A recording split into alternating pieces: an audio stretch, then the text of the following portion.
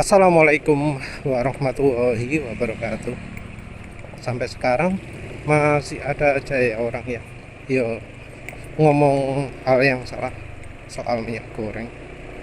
Jadi terakhir ada yang ngomong untuk oli mesin bisa apa aja, minyak goreng itu gini gini gini gitu lah ya. Informasi ya biasa lah, entah cepet hitam, nggak tahan panas,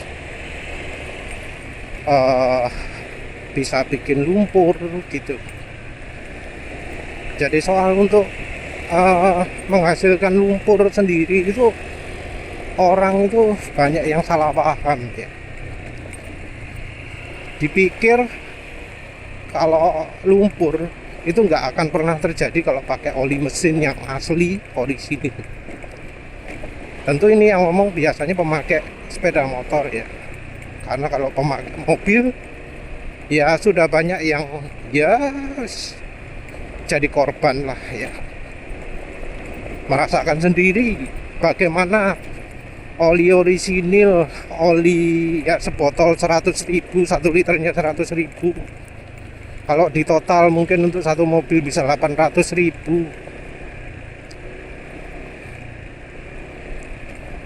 Merasakan sendiri bagaimana bahwa sudah pakai oli mahal, mesin masih saja berlumpur. Misal sudah pakai oli rekomendasi bengkel, ketika dijumpai ada lumpur di bengkelnya diomong, ya itu jelas bukan salah oli gitu ya. Terus juga ada pandangan kalau oli full sintetik cepat hitam itu bagus karena dia bekerja membersihkan lumpur, membersihkan kerak. Ya padahal tahu sendiri kalau uji panggang oli, keraknya di mana, lumpurnya di mana, ruang pembakarannya di mana, karena yang dipanasi kan ya olinya itu sendiri. Jadi bukan yang lain-lain yang dipanasi. Nggak ada ruang bakar yang terjadi di situ. Jadi kalau misalnya ada kerak, ada lumpur, ya sumbernya oli itu sendiri. Oli jadi hitam ya bukan karena membersihkan lumpur dan macam-macam, tapi karena oli itu sendiri. Dan ini sebenarnya juga ya tercermin ya pada keberadaan varnish atau lumpur pada kendaraan, pada mobil terutama yang paling kelihatan. Kalau di motor jarang sekali jadi pembahasan luas ya, karena bongkarnya murah. Kalau mobil kan bongkarnya larang, biaya sealnya mahal, biaya bongkarnya, biaya masangnya. Belum lagi kalau ada masalah, ditemukan problem, entah problem yang terjadi karena umurnya sudah tua atau karena ya saat bongkar ada yang salah. Tapi yang jelas lumpur itu banyak salah dimengerti. Penulis sering merekomendasi untuk milih oli yang tidak cepat hitam, sering diketawakan. Oh, oli full sintetik cepat hitam itu karena membersihkan lumpur itu tadi. Nggak dipikir ya bahwa hitam itulah yang menyebabkan lumpur. Kondisi hitam itulah ketika oli sudah teroksidasi, sudah bukan oli lagi, sifatnya sudah bukan oli, sifatnya sudah berubah. Jadi kalau ada cairan berubah warna, itu sudah berubah sifat. Dan ini harusnya yang lulus sekolah pada ngerti, harusnya tahu kalau ada zat cairan sampai berubah warna dengan sendirinya, berarti ada apa-apa, ada perubahan kimia di situ. Walau mungkin ada seperti Margaret Thatcher yang menemukan cairan yang bisa berubah warna ketika suhunya berubah, itu kan beda lagi. Ada cairan khusus yang sensitif terhadap suhu. Tapi ini oli. Begitu oli sudah hitam, dia nggak akan jadi bening lagi, kecuali ditambahi cairan khusus, dan itu pun belum kembali ke sifat awal. Jadi untuk mengembalikan oli ke kondisi semula lagi, harus dilakukan penyulingan lagi, harus diproses lagi, kayaknya dipanasi gitu ya, jadi diproses seperti halnya minyak bumi lagi. Orang juga salah ya ketika ngomong bahwa untuk membersihkan mesin itu hanya butuh deterjen. Jadi deterjen itu diklaim sebagai zat pembersih. Ya nggak salah. Tapi kalau untuk membersihkan mesin nggak bisa hanya dari deterjen saja. Jadi deterjen itu adalah zat yang membantu pembersihan. Tapi untuk membersihkan itu nggak cuma deterjen saja yang dibutuhkan. Faktor yang orang-orang sering nggak memperhatikan itu adalah solvensi atau sifat pelarutan. Sifat pelarutan ini yang penting, karena oli-oli sekarang ini kebanyakan pelarutannya minim. Jadi oli itu kalau makin murni dalam pengertian dunia oli ya, makin disuling, itu malah makin tidak melarutkan.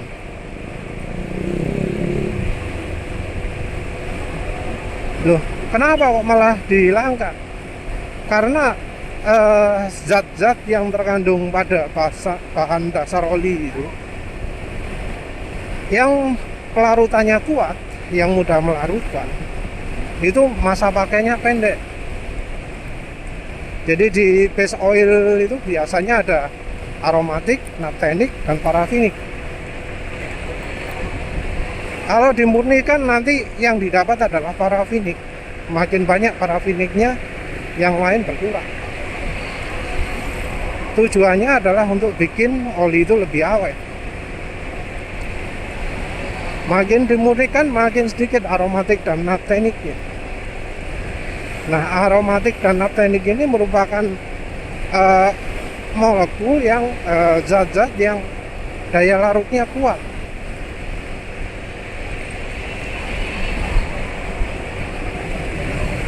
Nah, justru karena dihilangkan daya larutnya jadi buruk. Daya larut buruk artinya kemampuan oli untuk membersihkan mesin, membersihkan lumpur jadi berkurang. Jadi tujuannya mendapatkan oli parafinik itu adalah untuk mendapatkan oli yang antioksidasinya bagus, yang lebih tahan oksidasi, lebih tahan kerusakan, nggak mudah cepat jadi hitam. Tapi di sisi lain, zat yang lebih tahan oksidasi ini, dia tidak akan bisa membersihkan sisa oksidasi. Jadi karena dia itu lebih tahan oksidasi, dia tidak akan bisa membersihkan oksidasi. Ya ironi juga ya, karena tujuannya bikin oli lebih murni itu adalah untuk mengurangi oksidasi. Tapi yang terjadi, oli-oli full sintetik sekarang justru mudah jadi hitam ya. Ironi sekali ya. Padahal dulu oli mineral itu dijauhi karena mudah teroksidasi, tapi ternyata sekarang oli-oli yang dijual di pasaran mudah sekali teroksidasi. Ya karena banyaknya kebohongan di dunia oli ya, di dunia pelumas Indonesia, makanya jadi seperti itu. Sampai CEO-nya, sampai researcher-nya, sampai penelitinya juga jadi keblinger ya. Jadi ya wis kacau lah ya. Padahal tuh dulu orang itu nyari oli sintetik karena olinya itu lebih tahan oksidasi. Sekarang ternyata mudah teroksidasi. Kacau lah guys. Balik lagi lah ya. Makin parah lagi ya ketika orang-orang sekarang ini mempercayai oli full sintetik. Oli yang dianggap lebih baik daripada mineral. Padahal ya kita nggak tahu. Bisa jadi di dalamnya sama-sama mineralnya, tapi mungkin ditambahi aditif viscosity modifier ya, yang membuatnya jadi punya viscosity index tinggi atau sangat tinggi. Padahal viscosity modifier ini sifatnya buruk ya. Bisa jadi cepat jadi hitam itu karena viscosity modifier.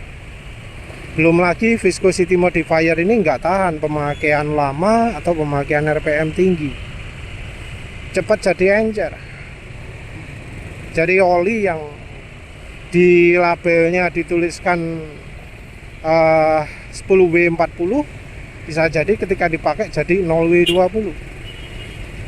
Oli 0W20 bisa jadi saat dipakai jadi 10W atau 10 SAE 10. Orang jadi percaya oli full sintetik yang cepat jadi hitam. Diperparah lagi ketika orang-orang itu kemudian yakin bahwa oli sudah hitam itu masih oke, masih bisa terus dipakai. Jadi orang itu sama sekali nggak khawatir ketika oli di drain dalam kondisi hitam pekat. Biasa, ringan, enteng, nggak takut sama sekali terhadap perak, nggak takut sama sekali terhadap lumur. Padahal ya hitam itu adalah ciri sudah terbentuk yang namanya sisa oksidasi. Orang nggak tahu ya, entah kenapa kok pura-pura nggak tahu ya. Yang namanya lumpur atau sludge, juga varnish ya. Kita nggak ngomong kerak, mending ngomong varnish karena kalau ngomong kerak orang nggak ngerti, sering salah paham. Tapi kalau mau ngomong varnish jelas. Varnish itu adalah perubahan warna pada logam pada mesin, berubah jadi kuning, berubah jadi hitam, yang merupakan tanda terjadinya oksidasi pada oli. Oli yang hitam membuat part-part mesin jadi berubah warna.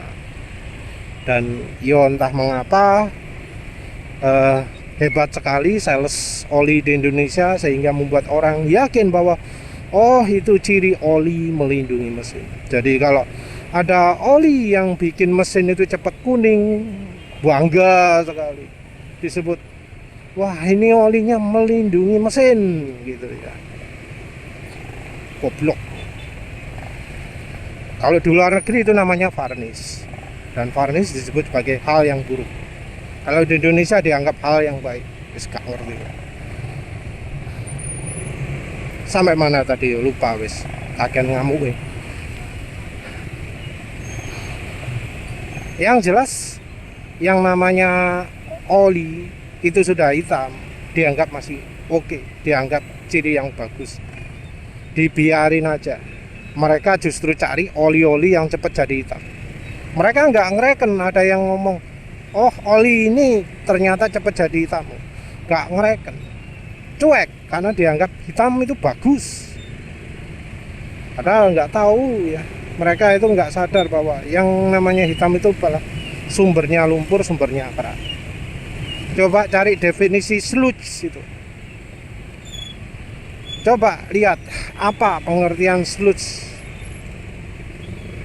apa pengertian varnish. Cari yang bahasa Inggris yo, coba bahasa Indonesia, karena bahasa Indonesia banyak sing ngawur. Orang dari grup-grup oli besar banyak sing ngawur ketika menjelaskan sludge itu. Jadi sludge itu bukan sisa pembakaran terutama ya, tapi karena dari olinya itu sendiri yang rusak. Bukan sisa pembakaran, tapi karena olinya teroksidasi oleh panasnya mesin. Jadi oksidasi itu diperparah oleh panas. Oli gardan sedikit oksidasi karena panasnya nggak sepanas ruang bakar. Oli motor 2 tak sedikit oksidasinya karena nggak nempel ruang bakar. Terus apa mana? Oli suspensi, minyak rem itu ya sedikit oksidasinya, walau yo kalau sekarang yo beda lagi lah ya. Kayak oli suspensi itu karena oli yang dipakai itu cepat hitam, ya dalam 5.000 km bisa aja sudah hitam olinya, sudah nggak layak pakai, yang akhirnya membuat kerja suspensi nggak maksimal. Tapi yang jelas ya, yang namanya sludge, varnish itu adalah sisa oksidasi, dan ini jadi masalah karena lumpur ini membuat ya, jadi bagian-bagiannya jadi tidak bisa bekerja dengan baik karena terganggu adanya lumpur.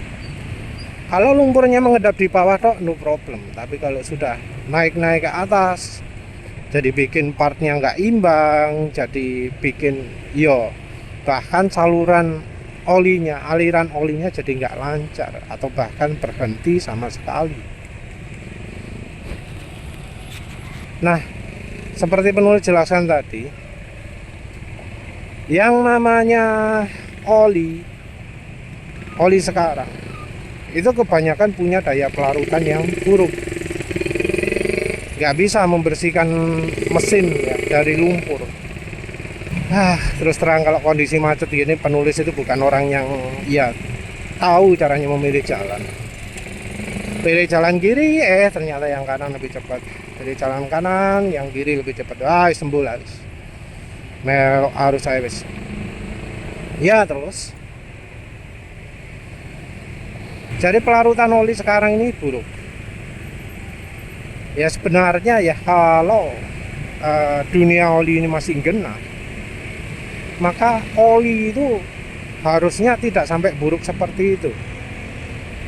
Jadi oli itu untuk membuat aditifnya biar bisa larut lebih banyak, itu ditambahkan yang namanya ester, diester, poliolester. Dan kalau zaman dulu itu dilakukan pada semua oli ya. Oli-oli sing genah itu semua menggunakan ester.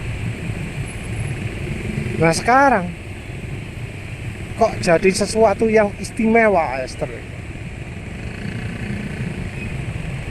Mungkin ya kita harusnya ya kita itu bertanya-tanya, kan ester itu sintetik ya. Kenapa kok oli full sintetik nggak pakai ester lagi?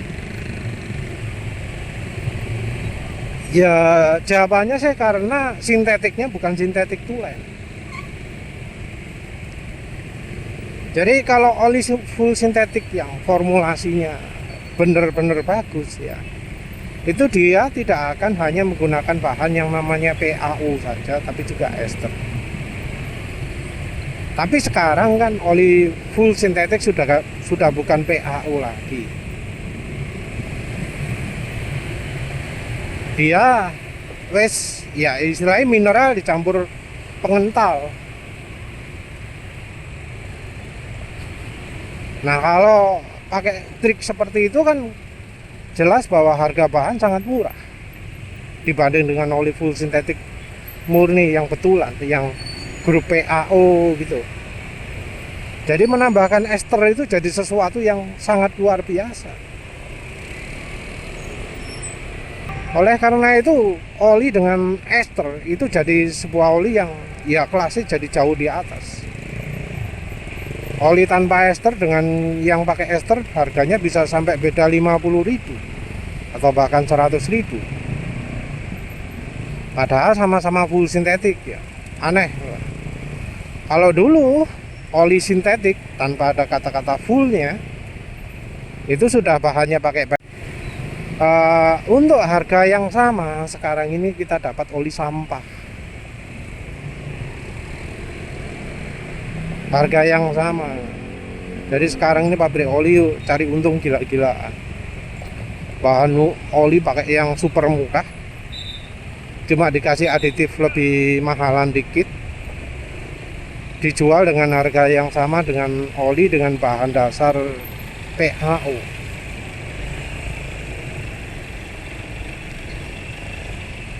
Karena nggak ada ester, maka nggak ada bahan yang membuat pelarutan oli itu baik. Dulu oli itu didesain bahkan untuk motor ya sampai puluhan ribu kilometer. Untuk mobil bisa sampai 25.000 kilometer. Nah kalau di Indonesia nggak bisa seperti itu.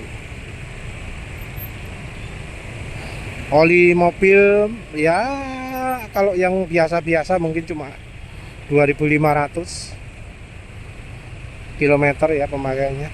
Kita ngomong motor yang awet ya, jangan pakai acuan motornya penulis.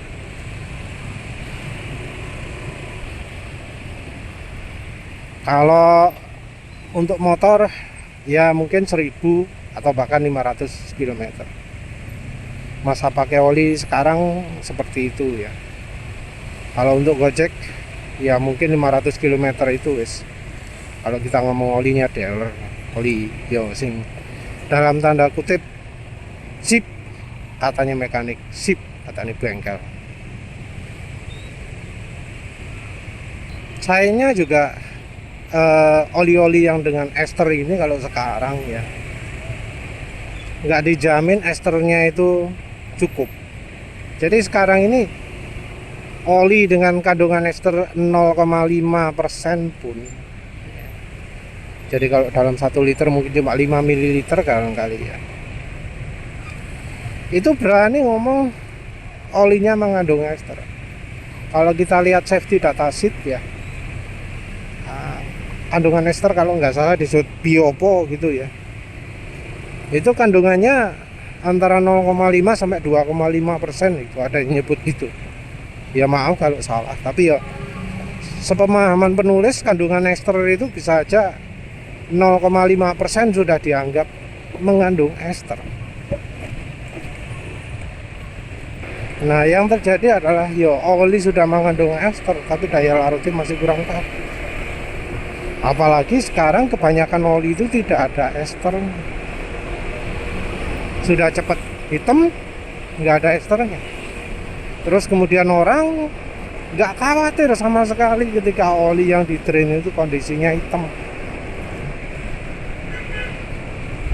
Harusnya ya oli itu ya harus di drain dalam kondisi oli belum hitam.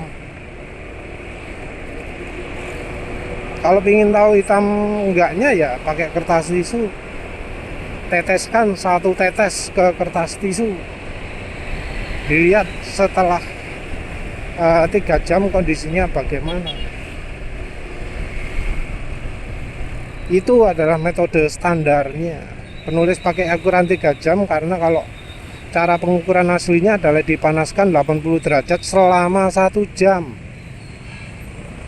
Itu metode pengukuran blotter test ala lab. Itu ada petunjuk laboratoriumnya. Jadi kalau ada yang bisa menilai oli dalam kondisi basah, boh ya, gue nilainya ya apa, ngertinya ya apa itu olinya sudah gelap atau enggak. Karena kalau dari pengalaman penulis, oli coklat bisa jadi kelihatan bening ketika sudah kering, bisa kelihatan gelap ketika sudah kering. Karena pengamatan kita itu tergantung sekali dengan sumber cahaya. Kalau dalam kondisi cairan, kita menilainya dari pantulan cahaya, dan cahaya bisa macam-macam intensitasnya. Kita pakai lampu LED, penerangannya bisa beda dengan sinar matahari pagi, sinar matahari siang, atau langsung di bawah sinar matahari. Beda kalau kita taruh, teteskan di kertas tisu, dibiarkan kering, bisa lebih tidak bergantung cahaya lagi. Karena yang namanya ester dari oli sekarang nggak bisa diandalkan, apalagi ternyata esternya itu dicampurkan ke oli yang bahannya cepat jadi hitam, berdoai lah artinya. Ya terpaksa kita harus mengandalkan sumber yang lain, dan yang mudah kita dapat itu adalah minyak goreng. Minyak goreng tentu nggak bisa sembarangan ya. karena ya eh, kalau berlebih itu nggak bagus. Jadi ada ya minyak goreng yang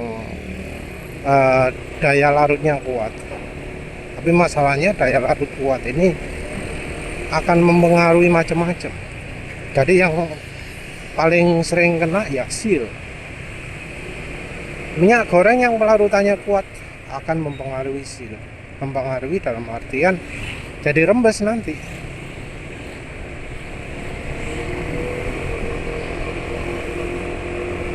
Jadi minyak goreng sendiri kan macam-macam mereknya. Selain merek macam-macam, tipenya juga macam-macam. Beda merek bisa beda sifat karena cara penyulingan yang beda. Karena cara penyulingan yang beda, maka zat yang dihilangkan juga beda. Walau bahan dasar sama, kalau cara penyulingan yang beda, maka ya hasil keluaran pun akan beda. Nah, ini pentingnya memilih merek. Kalau merek yang pelarutannya kuat, mungkin power jadi nambah, terasa sangat licin. Tapi di sisi lain ada risiko rembes. Juga bikin oli jadi cepet encer. Juga bikin daya tahan oli malah menurun. Jadi beda merek lah. Seperti misalnya penulis pernah coba Sabrina dan Vilma untuk tipe minyak goreng yang berbeda. Untuk oli mesin yang sama. Pakai meseran SE40. Kebetulan pada saat itu meseran masih oke ya kualitasnya. Penulis pergunakan juga